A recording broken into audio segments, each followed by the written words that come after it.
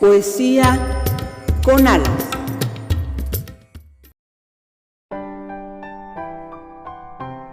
Laura Giordani, poeta.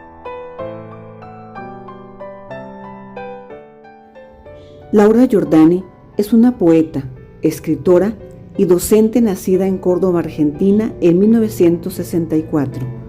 Debido a la dictadura militar argentina de finales de los 70, partió hacia España en compañía de su familia, donde ha tenido que vivir en el exilio la mayor parte de su vida.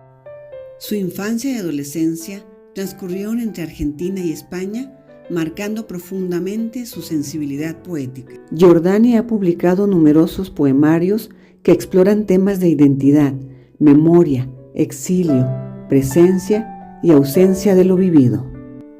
Sus poemas han sido incluidos en diversas antologías nacionales e internacionales, traducidos a distintos idiomas como el árabe, inglés y el griego. Recientemente, su obra poética Micelio, a través de la editorial RIL, fue reconocida como el mejor libro de poemas 2025 por la Crítica de Aragón de España. La entrevista. Buenos días, Laura.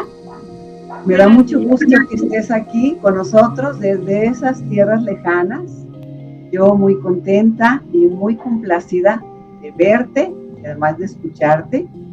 Gracias por estar en este espacio tuyo y nuestro, donde las palabras despliegan sus alas y se transforman en luz. Aquí empieza Poesía con Alas con Laura Giordani y su obra poética. Bienvenida. Gracias por estar aquí. Muchas gracias. Muchas gracias, María. Buenos días en México y buenas tardes aquí en España. Buenas tardes en España, ciertamente. Y muchas gracias por acogerme y por alojarme en tu espacio tan bonito. Así que contenta de estar aquí. Al contrario, y déjame decirte, Laura, que yo estoy muy complacida porque realmente tu obra me parece una obra tan llena de luz, tan luminosa, que nos da calma. Yo cuando la leo, ¿sabes qué siento? Siento que voy como en un mar tranquilo, de aguas serenas, en una puesta de sol, escuchando la letra de Laura. Eso me ha parecido. Y yo te he bautizado como esa voz fértil que nace desde mi seno. Bien, muy bien, te agradezco mucho esas impresiones de lectura.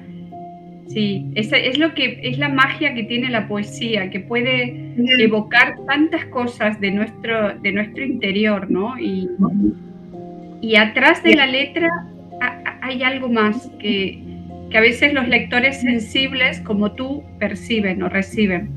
Te lo agradezco mucho. No, ¿de qué?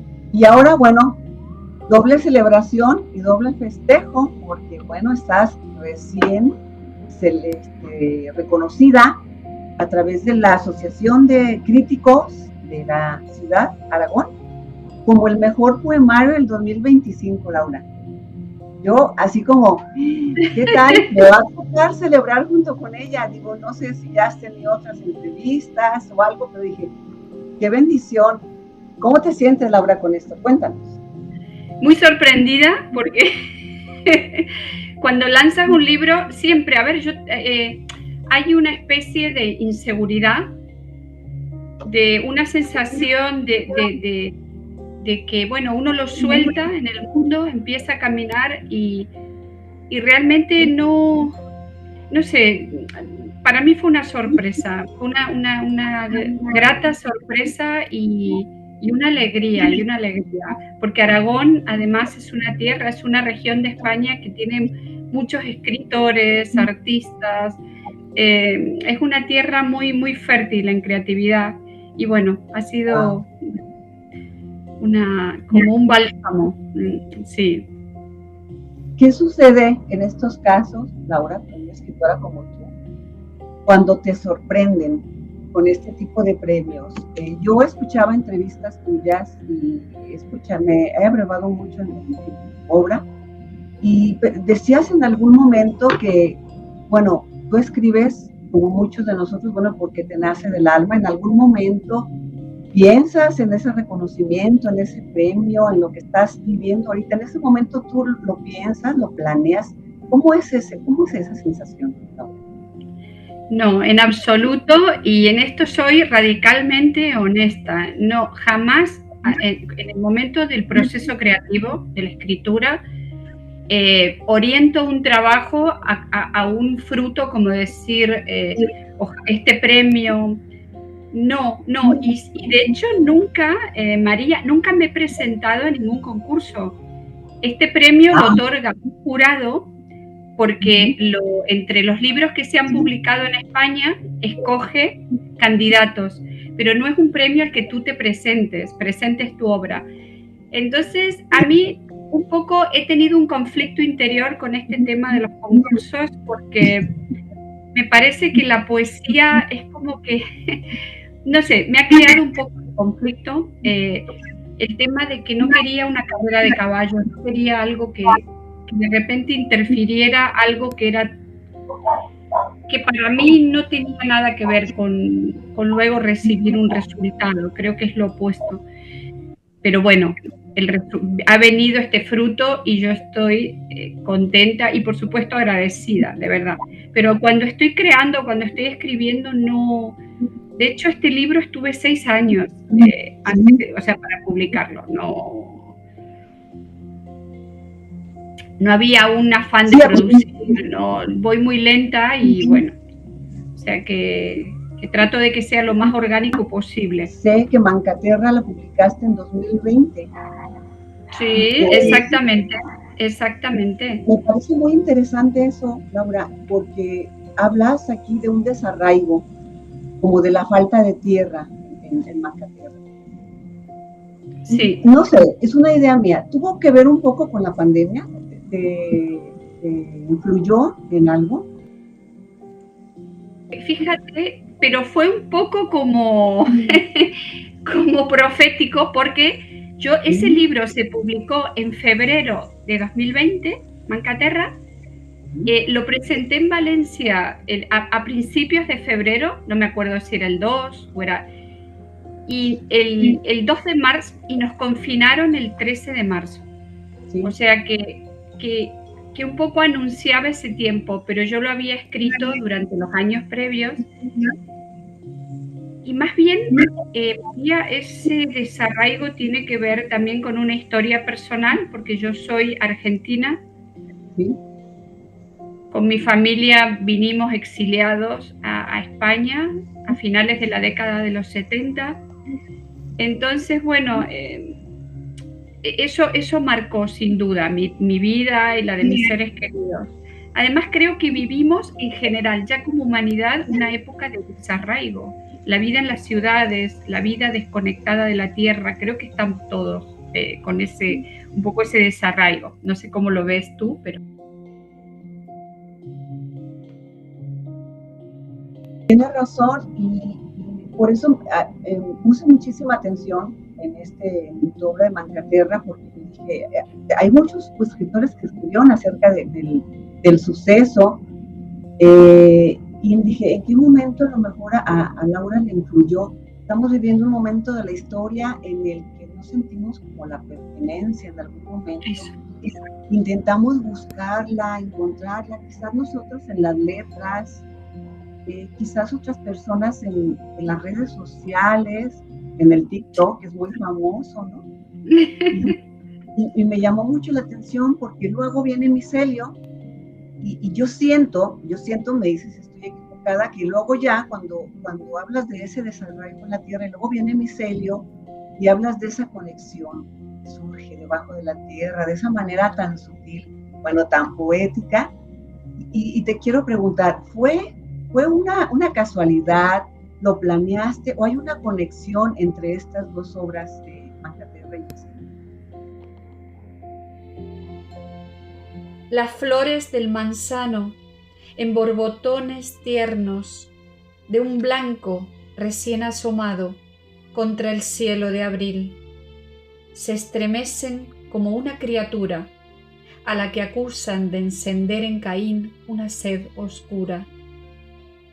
Tiemblan como quien grita «soy inocente», esperando una absolución. Algo nos condena al morder su escarcha dulce, algo que conmueve los cimientos de la culpa y no deja piedra sobre piedra de la historia. Fíjate que yo creo que hay una conexión como umbilical, pero subterránea, que al momento de escribir yo no era consciente. Ahora, con un poquito de perspectiva, lo veo y digo, claro, Manca Terra habla del desarraigo. Manca Terra surge a raíz de un sueño que yo tengo. Un sueño en el que estoy en un jardín de una casa que es de mi abuela y veo todos los árboles, arbustos que tienen las raíces expuestas, sin tierra. Entonces yo me pongo con mis manos a tomar tierra y a tratar de tapar y de cubrir las raíces. Y escucho en off la voz de mi abuela, que en italiano dice Manca Terra, que es falta tierra.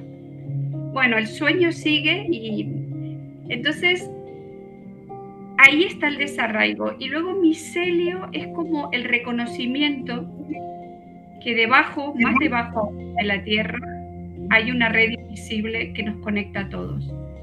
Y que también el aislamiento es una ilusión, de alguna manera. Hay una ilusión de que estamos aislados cuando en realidad en lo profundo hay redes que nos van conectando, familiares, de la comunidad, con el resto de la naturaleza. Y para eso el micelio, que yo vi un documental que se llama Fantastic Fungi, que lo recomiendo mucho. Muchas gracias. Está disponible en la red, se puede encontrar y habla de esa realidad, de esta red de los bosques, que es como un internet que conecta las raíces de los árboles que están distantes y que es como una especie de sistema en el que los árboles, por ejemplo, se avisan de peligros, la tejen los hongos y en algunos sitios tiene kilómetros y kilómetros, es el mayor organismo vivo del planeta y eso me impactó mucho. Dije, Dios mío, esto es una metáfora de la unidad que nos teje, ¿no? Mira, yo soy muy, amo a los árboles inconmensurablemente, con esa palabra. Soy una devota de los árboles y a veces no sabes cómo sufro cuando algo sucede. Madre blanquísima que se prolonga bajo tierra para hilvanar raíces distantes. Enséñanos a resplandecer desde la descomposición, a germinar desde el desecho. Hifas laboriosas, vivísimas, reinaugurando sin descanso la ascensión de la savia. Bajo nuestros pies, el milagro. Salmo de la putrefacción que disuelve la memoria de la helada, de la breva caída a destiempo. Micelio madre, cielo primero, sumergido, líbranos de todo daño. Aquí me encanta porque veo tres figuras en lo que me estás contando. Primero, bueno, el amor por la naturaleza, por la tierra de Laura Jordán. Por esa tierra, por esa añoranza de tu tierra seguramente en algunos momentos. Luego veo la conexión con tu abuela. Esas figuras que tenemos luego los escritores, que tenemos ahí como ¿cómo se puede decir? Como figuras de admiración para poderlas tener cerquita y que nos acompañen en este momento de lectura. Luego veo tus letras. Platícame un poco de esa conexión. Yo sé que si tienes esa conexión con tu abuela. ¿Qué significa para ti esa conexión con tu abuela, para tus letras y tu obra? Fíjate que mi abuela, bueno, se fue de este mundo hace ya mucho tiempo. Hay dos abuelas, mi abuela materna y mi abuela paterna. Las dos han sido como muy fundantes, cada una en su... Pero mi abuela materna, mi abuela María, era como esa conexión con la tierra. Era una mujer tan espectacular que, por ejemplo, le llevaban una plantita que tenía ya las hojas negras por la helada, la escarcha la había, y ella ponía sus manos, la cuidaba unos días y la planta resucitaba. Era una mujer, sí, tenía como esa esa capacidad de cuidar y de querer, ¿no? Y yo creo que con el tiempo, yo no me di cuenta de pequeña, pero con el tiempo es como que son esas figuras que se agigantan con el tiempo. A medida que te alejas, Sí, dices, Dios mío, si es que yo estaba al lado de un ser sí, increíble. sí. No sé. Sí, sí, a mí me pasa mucho con mi mamá.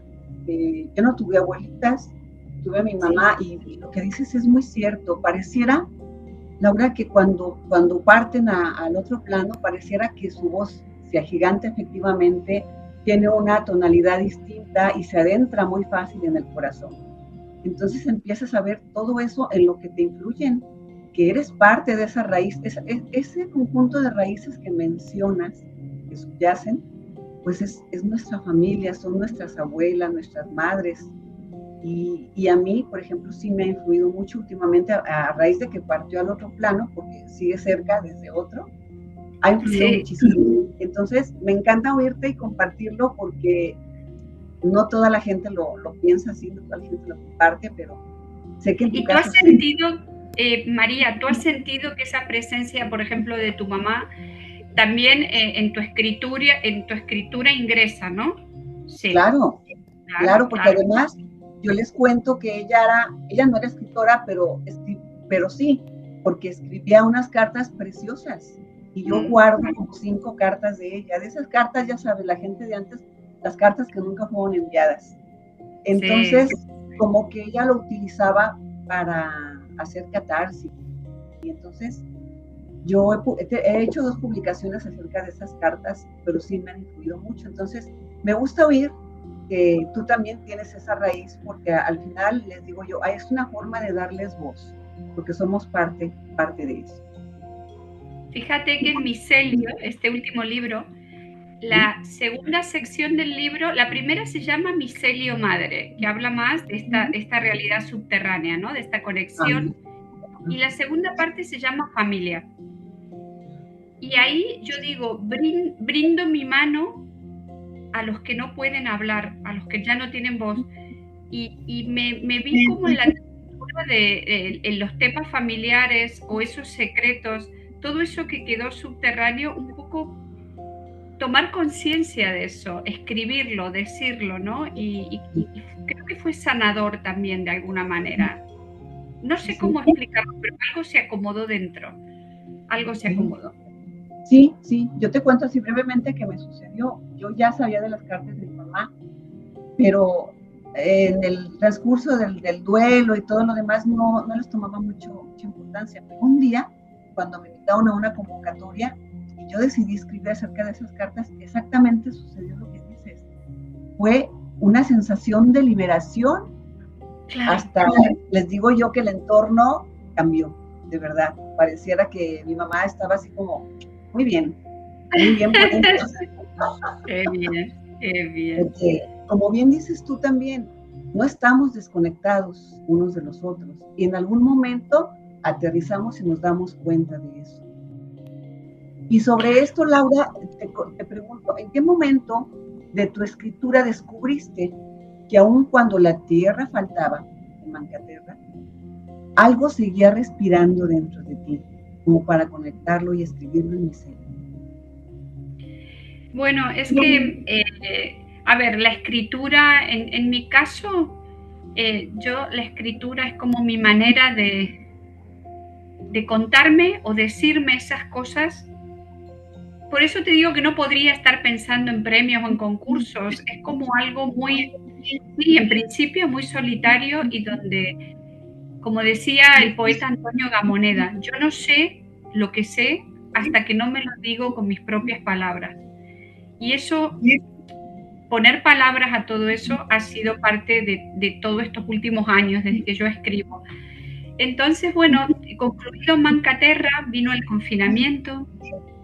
No sé, en México, aquí en España fue bastante duro, estuvimos muchos meses. Y luego muertes de padres, pérdidas. Y entonces eso generó un movimiento que que bueno, es como que yo me hizo buscar ese latido del micelio, ¿no? Esa realidad, como tomarle el pulso y empezaron a salir estas voces familiares, toda esta... Tenía que cantar esa unidad, tenía que reconocerla y como un sostén, ¿no? Porque fueron años muy duros, desde la pandemia hasta hace poco, de pérdidas. Eso que uno dice, por favor, ¿qué está pasando? Paren ya, porque era una cosa atrás de la otra, pérdida, escombros, y dices, Dios mío, no puedo más. Entonces la escritura era como una manera de salvarse, de ponerse a salvo. Sí. ¿Cambió tu voz poética a partir de ese suceso de alguna manera? ¿O te cambió? ¿Hubo algo importante que tú detectes? Sí, que digas sí, y el micelio se transformó y ahí está. ¿Hubo algo? Yo, a ver, no sabría decírtelo, María, porque, claro, uno a veces al estar adentro, pero sí me han dicho amigos que hay como otra voz, sobre todo en el área esta que hablo de la familia, de los secretos, de todo el trauma y el daño que hay debajo de una familia y que también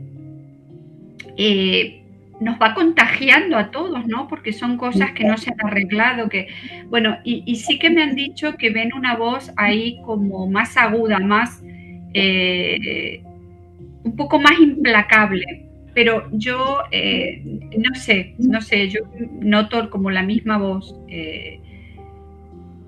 Sí, quizás, pero ya te digo, me faltaría tiempo para verlo, no lo sé. Es cuestión de darle su tiempo, ¿verdad? A que florezca de alguna manera todas sus letras de micelio. Es una manera de... Es que pasa a los escritores que no somos tan conscientes todo el tiempo. Quiero decirte, yo veo que otras personas ven mucho más a veces que uno mismo, ¿no? Que yo misma en cuanto al texto. Y a veces te revelan cosas, te habrá pasado con algo que te dicen, mira, esto es... Y tú dices, claro, es así, es así. Me parece en el libro de micelio que más que otra cosa observas. Me atrevo a compararlo con los haikus, ¿no? Los haikus se tratan de observar el instante, la gota que va cayendo. ¿Así te sucedió con micelio? O sea, me parece que es como mucha observación en esa obra de micelio. Sí, sí, hay mucha observación. La última parte, que se llama Por donde los huéspedes invisibles entran y salen, que viene de una frase del poeta Milós que dice, la poesía es una casa abierta, ¿no? Donde los huéspedes invisibles entran y salen. Entonces, esa parte del poemario hay mucha contemplación, lo que dices tú, hay mucha observación. Y la parte anterior, las partes anteriores donde se hablan de las pérdidas de la familia, también hay un yo que creo que está observando, que está observando todo esto que pasa desde algún lugar, sí. En micelio sus letras son palabras que respiran bajo la tierra. Y entonces, en pocas palabras, así como describirías a Laura la de hoy. ¿Cómo la ves? Como si estuvieras en tercera persona. ¿Cómo la describirías? Como poeta, como... Laura la poeta. Yo me veo en cada libro como empezando de cero. Y quiero cada vez estar más indefensa y más abierta en ese sentido poético, ante la escritura, ante ese misterio que es pues estar como en una actitud de extrema receptividad, disponibilidad para lo que pueda venir, porque si ahora me dices, ¿y qué es lo próximo? Y yo te digo, no lo sé, no tengo ni idea de por dónde va a seguir, qué va a ser lo próximo, porque no hay una cuestión programática, ¿sabes? No. Eso sí, te lo puedo decir, que a lo mejor un novelista, alguien que trabaja con narrativa, sí que se organiza más y dice, bueno, ahora voy a escribir sobre esto, voy a organizarme las mañanas o el día para... Pero esto de la poesía es más como de brotado, ¿no? Como algo que... Entonces yo es lo que aspiro a estar disponible y con el silencio suficiente para poder seguir, ¿no? Para saber dónde seguir. Escucha, es el niño confinado en las celdas del corazón.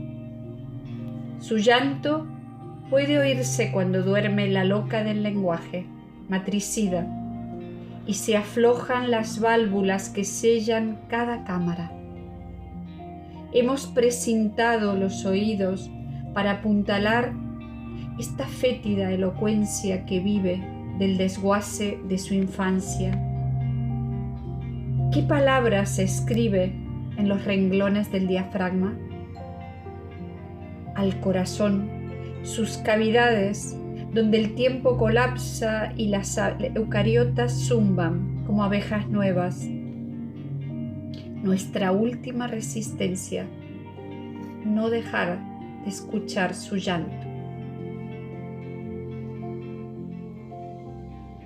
¿Podemos encontrar en Micelio, Laura, un lenguaje espiritual?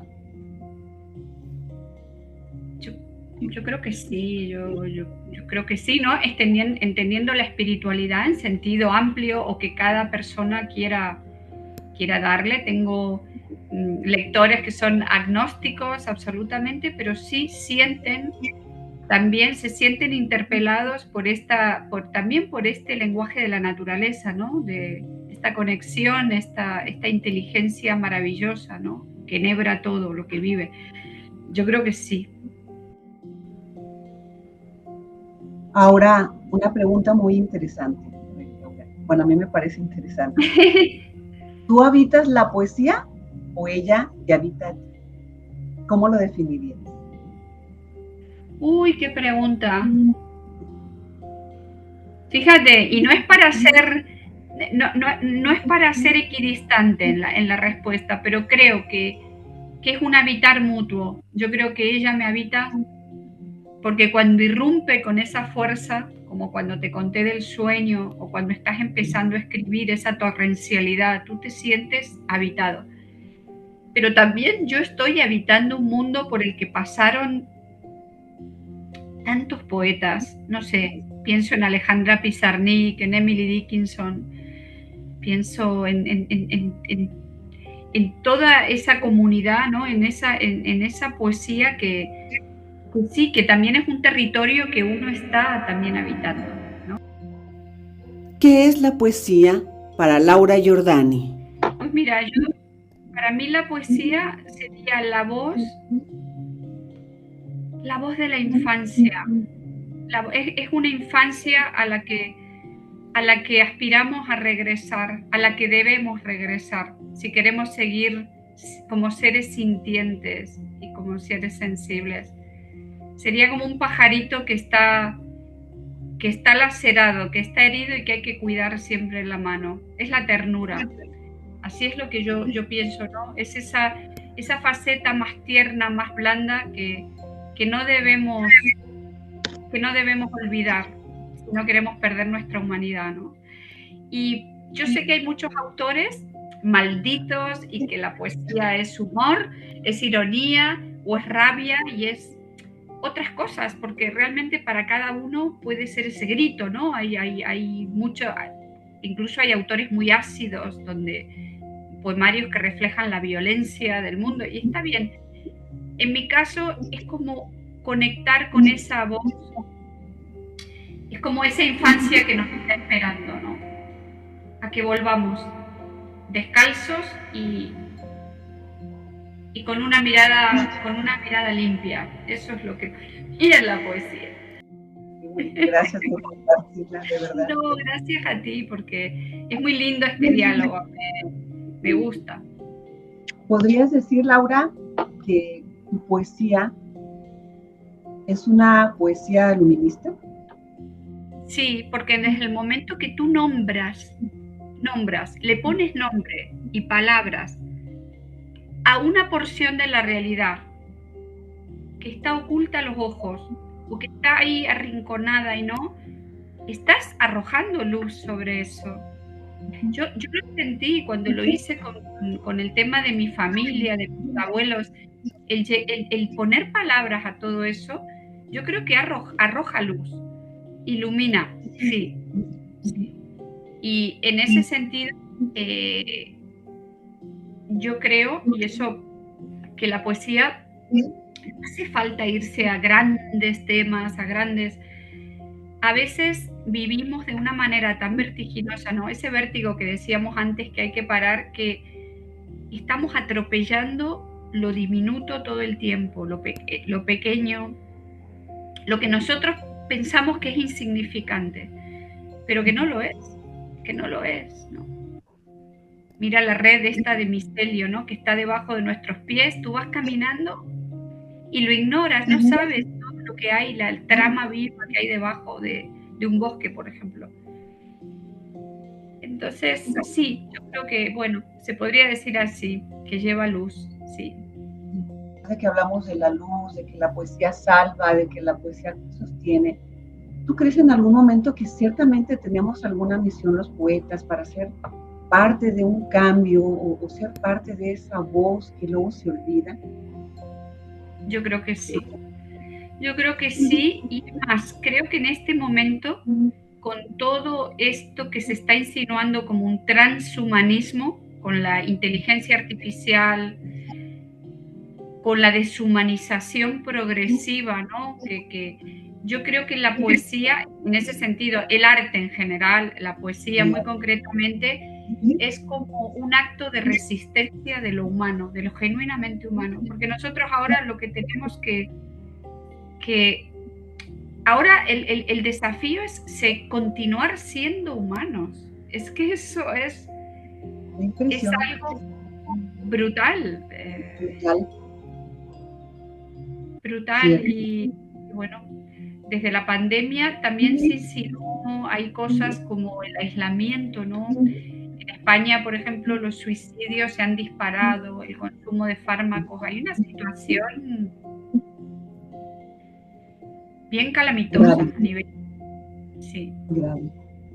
Sí, yo también creo que aunque muchos, no sé si te ha tocado, a mí me han dicho, ay, es que así como porque eres tan fresa para escribir esas letras, o sea, escribes sobre la realidad, que no sé.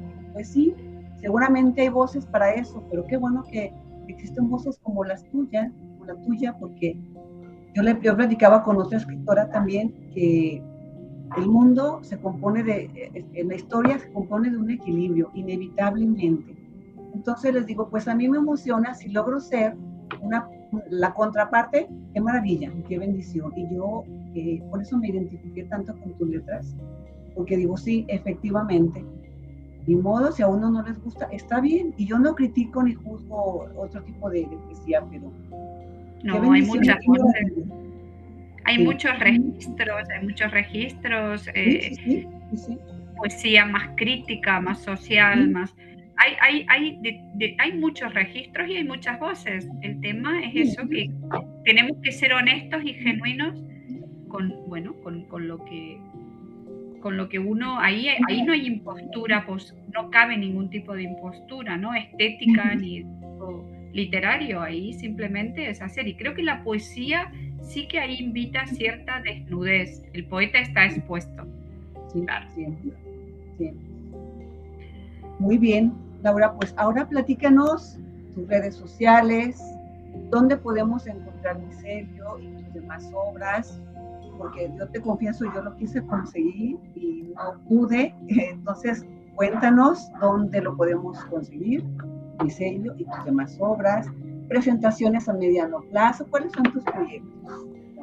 Bueno, ahora estoy en plena campaña, de presentación de Micelio, que serán aquí en España, en distintas ciudades.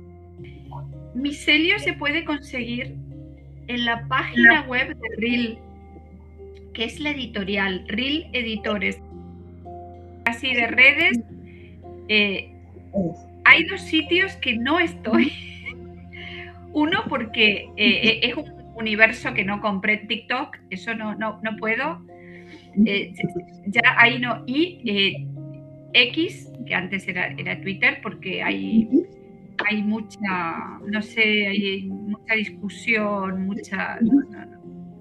Entonces, bueno, tengo Facebook, Instagram y tengo un blog que yo nutro continuamente con cosas mías y también con cosas de otros poetas, que se llama lauragiordani.blogspot.com, y ahí pueden entrar y encontrar bastantes cosas. Es como mi casita virtual.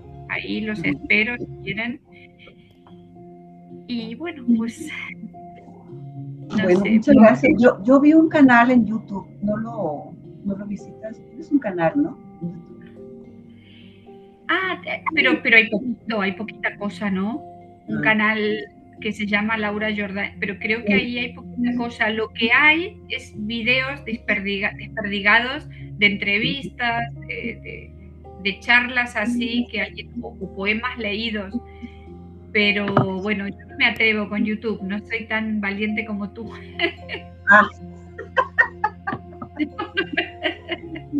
Bueno, yo lo digo porque es un canal muy socorrido y me encontré ahí, creo que un par de poemas tuyos y dije, wow, qué maravilla. Yo sí lo visito con frecuencia. Pues bueno, ahí lo dejamos para quien quiera acudir a cualquiera de las redes que nos compartiste. Ya nos dijiste dónde podemos encontrar tu libro, y pues para seguirte y viendo qué pasa con Laura y con Micelio, con el resto de su obra.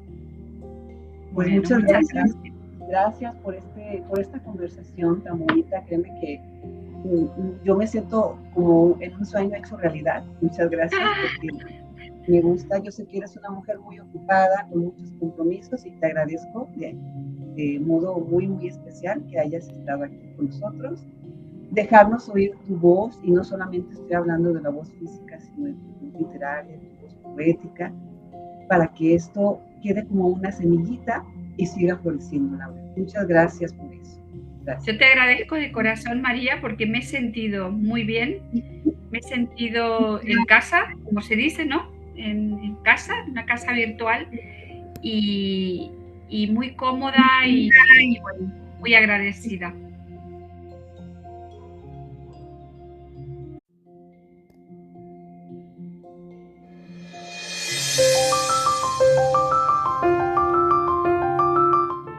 Esto fue una producción de Proyecto Luz y Sombras y Poesía con Alas, María de la O.